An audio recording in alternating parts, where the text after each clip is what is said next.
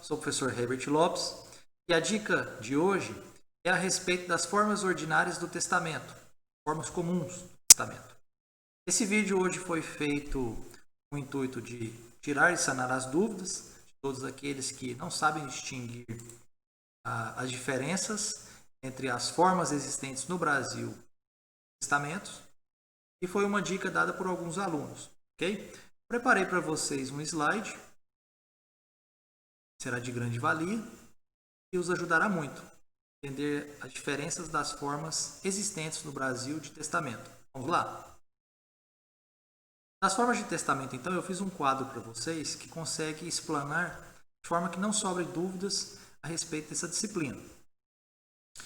Existem 3 formas no Brasil de testamento. A primeira é o testamento público, o segundo, o testamento cerrado, e o terceiro, o testamento particular, chamado e conhecido também como testamento hológrafo.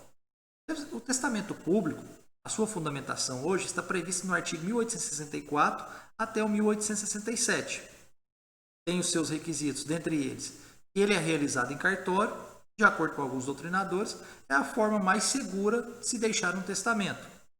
Inclusive, eu trago uma ressalva aqui que muitas vezes a gente pensa, mas em qual cartório pode ser feito? Em qualquer cartório dentro do território nacional. Tudo isso de acordo com o artigo 8º da Lei 8.935 de 1994. Qual outro requisito para ser feito um testamento público? Seja acompanhado por 2 testemunhas. Né? É um número mínimo, porém não é um número máximo. Okay? Isso de acordo com o artigo 1865. E o terceiro requisito do testamento público é que ele seja escrito na língua nacional. Okay? Um ponto polêmico em relação à questão do testamento público é que, segundo alguns doutrinadores, o indivíduo surdo-mudo não pode realizar o testamento público. Por quê? Por que o indivíduo surdo-mudo não pode realizar o testamento público? Porque, de acordo com alguns doutrinadores, há um ato e um requisito essencial na confecção do testamento público, que é a leitura dele em voz alta para que as testemunhas também concordem. Foi escrito. Ok? Uma dica em relação à questão do testamento, de todos eles, tanto do público, cerrado ou particular, é que, ao confeccionar esse documento, que seja feita, então, uma inserção da data. Tá? Em aulas posteriores, eu irei abordar para vocês a questão da capacidade ativa testamentária. Okay? O testamento cerrado, diferente do testamento público, e o seu conteúdo é notório a todos, o testamento cerrado não. Ele tem uma diferença. Qual a diferença do testamento cerrado para o público? Ele também é feito no cartório? Sim.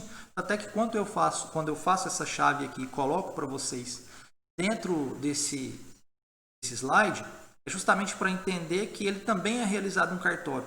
Mas ele é realizado no cartório de forma diferente. Como assim? Ele passa por fases. A primeira fase do testamento cerrado é a cédula testamentária. A primeira coisa, então, é a pessoa confeccionar essa cédula testamentária e levar até o cartório, cujo conteúdo é sigiloso. No ato, há um ato de entrega e, posteriormente, é feito pelo tabelião o chamado auto de aprovação. Esse auto de aprovação é que é lido na presença de 2 testemunhas. Posterior a essa situação, é feito, então, o seu cerramento e ali mantém-se o arquivo de que o testamento foi confeccionado. Há uma diferença em relação ao testamento cerrado com o público, que é a possibilidade de que ele seja feito em idioma estrangeiro.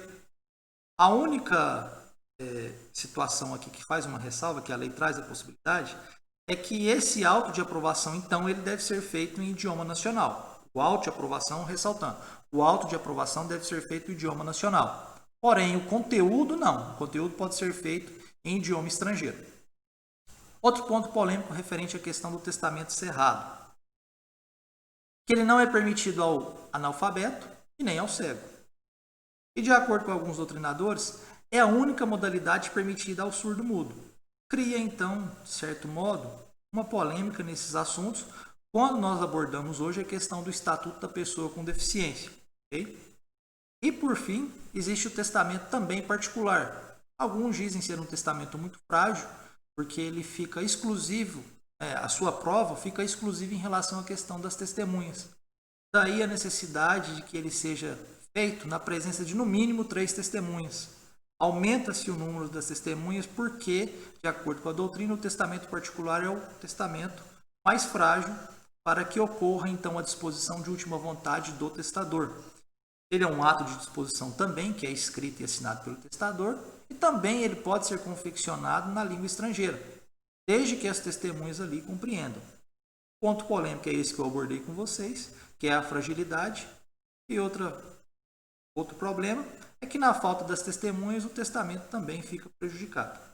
Essa foi a minha dica de hoje para vocês em referência a essa situação, trazendo a distinção dessas formas comuns do testamento. Espero que tenham gostado e para outras dicas, aceito opiniões, aceito sugestões de vídeos para que possa melhorar e para que vocês possam entender ainda mais um conteúdo do pouco do que é o direito. Muito obrigado.